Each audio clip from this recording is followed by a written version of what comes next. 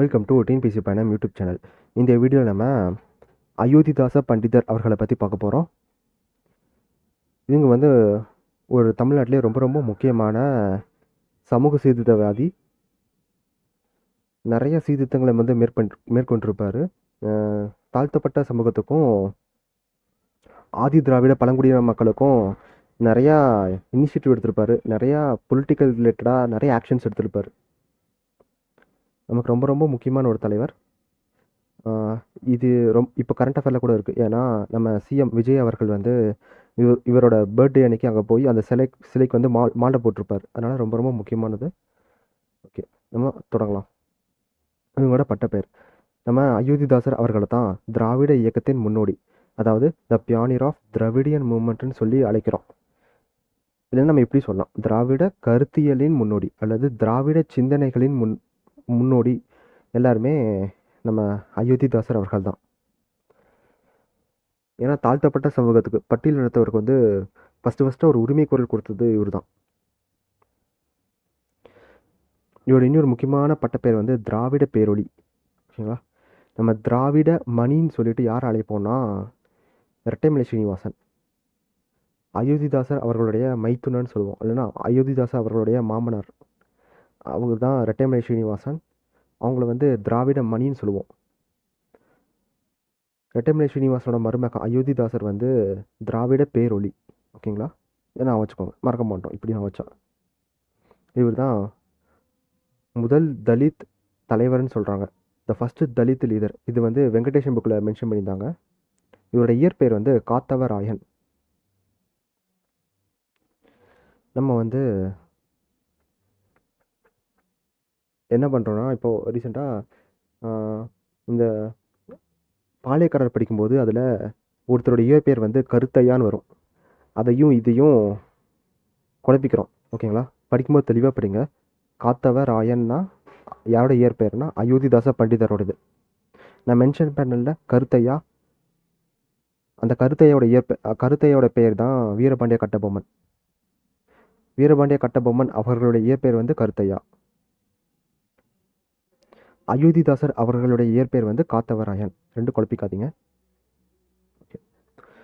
நம்ம அயோத்திதாசர் அவர்களை தான் தென்னிந்தியாவின் சமூக சீர்திருத்தத்தின் தந்தைன்னு சொல்கிறோம், அதாவது the father of social reforms in South India. அடுத்து அயோத்திதாசர் அவர்களை பிரான்சிஸ் டபிள்யூ எல்லிஸ் வந்து என்ன சொல்லியிருப்பாருன்னா, இந்திய மறுமலர்ச்சியின் முன்னோடி, அதாவது ஃபோர் ரன்னர் ஆஃப் இந்தியன் ரெனைசன்ஸ்னு சொல்லி பாராட்டியிருப்பார். இது நமக்கு ஸ்கூல் புக்கில் 12th புக்கில் பாக்ஸில் கொடுத்துருக்காங்க. நமக்கு ப்ரீவியஸ் இயர் கொஸ்டின்லேயே கேட்டிருக்காங்க. பிரான்சிஸ் டபிள்யூ எல்லிஸ் வந்து இந்திய மறுமலர்ச்சியின் முன்னோடின்னு சொல்லிட்டு அயோத்திதாஸ் அவர்கள் சொல்லியிருக்காங்க. Forerunner of Indian renaissance. இந்த நோட்ஸ் எல்லாமே இங்கிலீஷில் தான் இருக்கும். ஆனால் நான் வந்து இந்த இங்கிலீஷ் டேட்டா வந்து நான் தமிழே ட்ரான்ஸ்லேட் பண்ணிடுறேன். ஸோ நீங்கள் வந்து கைப்பட நோட்ஸ் எடுத்துக்கோங்க இந்த வீடியோவோட. ஓகேவா,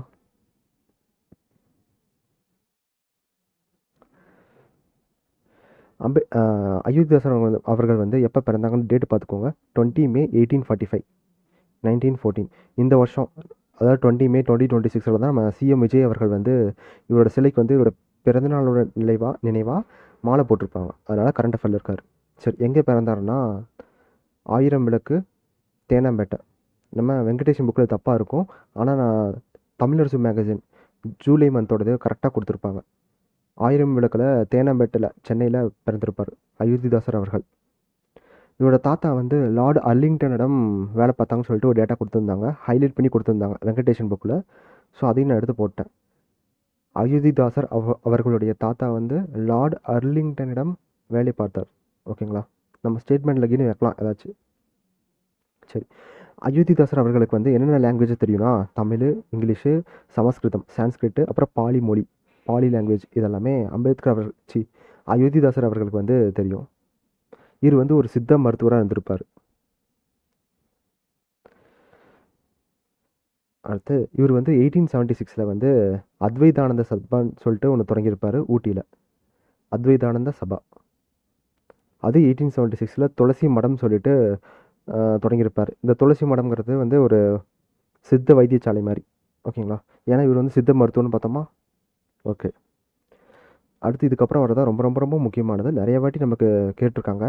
திராவிடர் கழகம் 1882 உருவாக்குனது யாருன்னா அயோத்திதாச பண்டிதர்.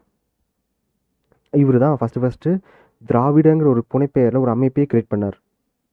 ஓகேங்களா? திராவிடங்கிற சொல்லும் இவர் தான் ரெக்கமெண்டும் பண்ணியிருப்பார். அதாவது நம்ம பட்டியலினத்தவரை வந்து இதுக்கு முன்னாடி பஞ்சமர், பல்லவர்னு சொல்லிட்டு அழைச்சிருப்போம். அப்படி அழைக்கக்கூடாது அவங்கள. அவங்கள வந்து நம்ம திராவிடர், ஆதி திராவிடர் அப்படின்னு சொல்லிட்டு அழைக்கணும்னு சொல்லிட்டு நம்ம அயோத்திதாசர் அவர்கள் தான் நிறையா ரெக்கமெண்டேஷன் கொடுத்துருப்பார். 1882 திராவிடர் கழகம். 3 வருஷம் கழிச்சு திராவிட பாண்டிய நியூஸ் பேப்பர் அவரோட ஃப்ரெண்டு ஆனால் ஜான் ரத்தினமோட சேர்ந்து ஸ்டார்ட் பண்ணியிருப்பார். திராவிட பாண்டிய நியூஸ் பேப்பர் ரொம்ப ரொம்ப முக்கியமானது. 1886 தீண்டத்தகாதவர்கள் இந்துக்கள் அல்லர்னு சொல்லிட்டு ஒரு டிக்ளரேஷனை பாஸ் பண்ணியிருப்பார். அன்டச்சபிள்ஸ் ஆர் நாட் ஹிந்துஸ் அப்படின்னு. இது நமக்கு வெங்கடேஷன் புக்கில் கொடுத்துருக்காங்க. தீண்டத்தகாதவர்கள் இந்துக்கள் அல்லர் அப்படின்னு சொல்லிட்டு ஒரு டிக்ளரேஷன் சொல்லியிருக்காரு. சரி, அடுத்து 1891 திராவிட மகாஜன சபா ஆரம்பிச்சிருப்பாரு. இந்த சபாவை ஆரம்பித்து இதோட மாநாடு அதே வருஷம் வந்து நீலகிரியில் வந்து கூட்டியிருப்பார். இது நமக்கு ப்ரீவியஸ் கொஸ்டினில் கேட்டிருக்காங்க. அயோத்திதாசர் அவர்களுடைய திராவிட மகாஜன சபாவோட ஃபஸ்ட்டு கான்ஃபரன்ஸ் வந்து எந்த இடத்துல நடந்துச்சுன்னு சொல்லி கேட்டிருந்தாங்க. எங்கன்னா நீலகிரியில். இந்த நீலகிரியில் நடந்த கான்ஃபரன்ஸ் தான் இவர் என்ன பண்ணியிருப்பார்னா ஒரு 10 பாயிண்ட் அஜெண்டா வந்து வெளியிட்டிருப்பார். இந்த 10 பாயிண்ட் அஜெண்டா வந்து ஒரு ஜெராக்ஸ் காப்பியை வந்து ஐஎன்சி, இந்தியன் நேஷனல் காங்கிரஸ்க்கும் ஒரு பிரிட்டிஷ்க்கும் சென்ட் பண்ணியிருப்பார். இந்த 10 பாயிண்ட்ஸையும் வந்து ஃபாலோ பண்ணுங்கள், நடைமுறைப்படுத்துங்கன்னு சொல்லிட்டு ரெக்வஸ்ட்டும் பண்ணியிருப்பார். இது நமக்கு ப்ரீவியஸ் தமிழரசில் மென்ஷன் பண்ணியிருந்தாங்க. அப்புறம் இவர் வந்து இடஒதுக்கீடுக்கும் உரிமை கோரிந்தார் தாழ்த்தப்பட்டவர்களுக்காக. அது இல்லாமல் இந்த 10 பாயிண்ட்ஸ் வந்து அடங்கும். அப்புறம் நான் ஃபஸ்ட்டு சொல்லிட்டேன், அந்த ஆதி திராவிடங்கிற பெயர் வந்து இவர் தான் ஃபஸ்ட்டு அறிமுகப்படுத்தியிருப்பார். The Adi Dravidar word was first introduced by Ayothidasar Pandithar. அடுத்து 1891 அவர் அப்போ சென்சஸ் எடுத்திருப்பாங்க. அப்போ அவர் என்ன அட்வைஸ் பண்ணியிருப்பாருன்னா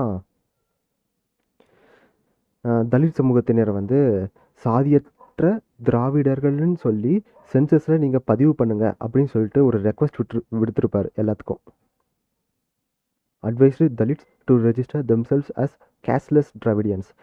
சாதியற்ற திராவிடர்கள் எதில் ரெஜிஸ்டர் பண்ணணும்னா 1991 சென்சஸ் அப்போ எடுத்திருப்பாங்க.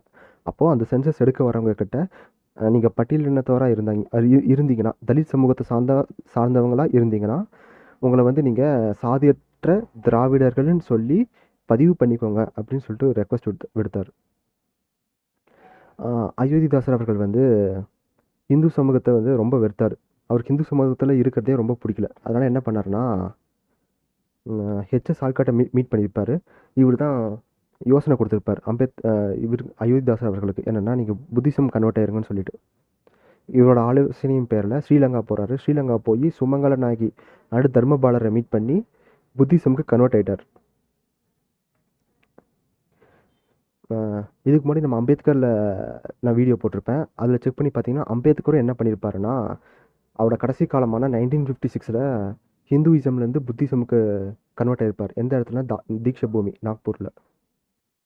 அதே மாதிரி அதுக்கு முன்னாடியே புத்திசமுக்கு கன்வெர்ட் ஆனவங்க வந்து அயோத்திதாச பண்டிதர். சுமங்கல நாயகியோட தீட்சிதம் பெறாங்க, அதாவது ஆசீர்வாதம் பெற்று தர்மபாலரும் சுமங்கல நாயகி கிட்டையும் ஆசீர்வாதம் பெற்று புத்திசமுக்கு மாறுறாங்க. எந்த இடத்துலனா ஸ்ரீலங்காவில். புத்திசமுக்கு கன்வெர்ட் ஆகிட்டு இங்கே மெட்ராஸுக்கு வந்து அவங்க தொடங்கினது தான் Sakya Buddhist society, Indian Buddhist association 1898. ஓகேங்களா? நம்ம அம்பேத்கர் என்ன பண்ணியிருப்பாருன்னா புத்திசமுக்கு கன்வெர்ட் ஆகிட்டு அவர் வந்து புத்திஸ்ட் சொசைட்டி ஆஃப் இந்தியான்னு சொல்லிட்டு தொடங்கியிருப்பார். அதாவது பாரத புத்த ஜனசபா. நம்ம இதை படிக்கும்போதே அம்பேத்கரும் கம்பேர் பண்ணி படிச்சோம்னா ரொம்ப ஈஸி, நாவும் இருக்கும் ஈஸியாக. இந்தியன் புத்திஸ்ட் அசோசியேஷனை கண்டுபிடிச்சது அயோத்திதாச பண்டிதர். அதுவே புத்திஸ்ட் சொசைட்டி ஆஃப் இந்தியா யாரோடதுன்னா அம்பேத்கர் அவர்களுடையது. 1902 தென்னிந்திய பௌத்த சாக்கிய சங்கம் சொல்லிட்டு ஒன்று தொடங்குறாரு. அப்புறம் இதுதான் ரொம்ப ரொம்ப முக்கியம். 19 ஜூன் 1907 ஒரு பைசா தமிழன் மாத இதில் வந்து வெளியிடுறாரு. இது வந்து ஒரு வெனஸ்டே நியூஸ் பேப்பர். இது நமக்கு ப்ரீவியஸ் கொஸ்டினில் கேட்டிருக்காங்க. இதோட ஹெட் குவார்ட்டர்ஸ் வந்து ராயப்பேட்டில் இருந்துச்சு. இது தமிழரசு மேகசினில் மென்ஷன் பண்ணியிருக்காங்க. இந்த ஒரு பைசா தமிழோட ஹெட் குவார்ட்டர்ஸ் வந்து ராயப்பேட்டை. இவர் வந்து 1907 தொடங்க இந்த ஒரு பைசா தமிழர் வந்து 1908 நேம் சேஞ்ச் பண்ணுறாரு. என்னன்னா தமிழன் சொல்லிட்டு நேம் சேஞ்ச் பண்ணார். இவர் இறக்குற வரைக்குமே இந்த நியூஸ் பேப்பர் வந்து பப்ளிஷ் பண்ணியிருப்பார். 5 May 1914 இறந்துருப்பார். இறக்குற வரைக்குமே பப்ளிஷ் பண்ணிட்டே இருந்திருப்பார் நியூஸ் பேப்பரை. அப்புறம் 2005 இவர் அஞ்சல் தலை வெளியிட்டாங்க, போஸ்டல் ஸ்டாம்ப். அயோத்திதாஸ் அவர்களை பற்றி நம்ம ஃபுல்லாக பார்த்துட்டோம். அடுத்து இவருக்காக சில பேர் என்ன பண்ணியிருப்பாங்க பார்க்கலாம். தலித் எழில்மலை. இவர் யாருன்னா ரிப்பப்ளிக்கன் பார்ட்டி ஆஃப் இந்தியா, இந்திய குடியரசுக் கட்சியோட தலைவராக இருந்திருப்பார் அந்த டைமில். இவர் வந்து தலித் சாகித்ய அகாடமின்னு சொல்லிட்டு ஒரு அகாடமி நடத்தியிருப்பார். அந்த அகாடமி மூலிமா அயோத்திதாசர் அவர்களுடைய புத்தகங்களை வந்து மொழிபெயர்த்து வெளியிட்டாங்க. ஓகேங்களா. Dalit Ezhilmalai, republican party of India. இந்த ரிப்பப்ளிக்கன் பார்ட்டி ஆஃப் இந்தியா வந்து அம்பேத்கரோட நினைவாக, அம்பேத்கரோட ஆசைப்படி தொடங்கியிருப்பாங்க 1957. நம்ம அம்பேத்கர் வீடியோவில் இதை பார்த்துருப்போம். இதோட நமக்கு ப்ரீவியஸ் கொஸ்டின் என்ன கேட்டிருப்பாங்கன்னா, இந்த ரிப்பப்ளிக்கன் பார்ட்டி ஆஃப் இந்தியா, அதாவது இந்த இந்திய குடியரசுக் கட்சியோட தலைவர் யாருன்னு சொல்லிட்டு நமக்கு ப்ரீவியஸ் கொஸ்டினில் கேட்டிருப்பாங்க. யாருன்னா நமச்சிவாய சிவராஜ், என் சிவராஜ்னு சொல்லுவோம். ஓகேங்களா. சரி, நம்ம மேலே பார்த்த இந்த தலித் எழில்மலை அவர்களும் சேகு தமிழரசன், இவங்க 2 பேரும் சேர்ந்து என்ன பண்ணியிருப்பாங்கன்னா, ரொம்ப போராடி இருப்பாங்க. எதுக்காகனா, நம்ம அயோத்திதாசர் வந்து ஒரு சித்த மருத்துவர். அதனால் நம்ம மெட்ராஸில் ஒரு சித்தா ரிசர்ச் இன்ஸ்டியூட்டை வந்து எஸ்டாப்ளிஷ் பண்ணணும் அப்படின்னு சொல்லிட்டு 2 பேர் ரொம்ப கோரிக்கை வச்சு ஒரு வழியாக 2005 செப்டம்பர் 3 அன்னைக்கு national institute of Siddha research மெட்ராஸில் மன்மோகன் சிங் அவர்களால் திறந்து வைக்கப்பட்டது. அடுத்து அயோத்திதாசர் அவர்களுடைய புத்தகங்கள். இதில் வந்து 4 புத்தகம் ரொம்ப ரொம்ப முக்கியம். என்னென்னா இந்திரர் தேச சரித்திரம், அதுக்கப்புறம் முருக கடவுள் வரலாறு, விவாக விளக்கம், புத்தரது ஆதி வேதம். இது 4 புக்குமே ரொம்ப ரொம்ப முக்கியமானது. அயோத்திதாசர் அவர்களுடைய புக்கு. நம்ம அயோத்திதாசர் அவர்களை பற்றி ரொம்ப நிறைய ஃபுல்லாக எல்லா டேட்டாவும் பார்த்தாச்சு. இவர் வந்து ஒரு முக்கியமான தமிழ்நாட்டோட சீர்திருத்தவாதி. அதனால் நல்லா பார்த்துக்கோங்க. கொஷின் கேட்கவும் வாய்ப்பு இருக்குது. இவர் கரண்ட் அஃபேர்லேயும் இருக்காது. So thank you.